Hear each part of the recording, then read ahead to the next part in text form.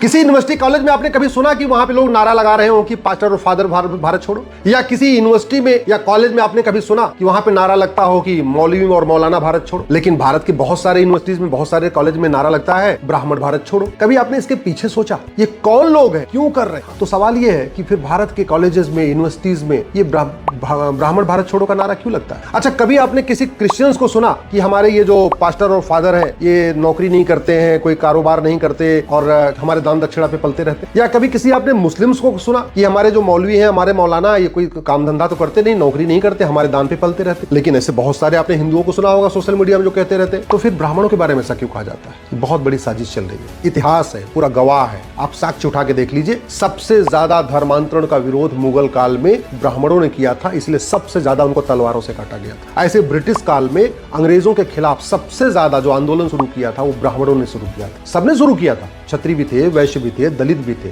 लेकिन आंकड़े बताते हैं कि सबसे ज्यादा फांसी अंग्रेजों ने ब्राह्मणों को दिया, सबसे ज्यादा लाठियों से पिटवा पिटवा के ब्राह्मणों को मरवाया, और मुगल काल में भी सबसे ज्यादा तलवारों से काटे गए थे ब्राह्मण। आप घटना सुनते होंगे ना, पर डे इतने किलो जनेऊ उतरवाना है, इतने हिंदुओं ब्राह्मणों को मारना है। वो सच्चाई ये थी। चाहे वो रजाकार थे जो आंध्रा में सबसे पहले उन्होंने हमला किया, जहां ब्राह्मण, जिस गांव में ब्राह्मण ज्यादा थे, और जिस गांव में भी हमला किया उसमें पहले चुन के ब्राह्मणों को मारा। ये कड़वी सच्चाई है।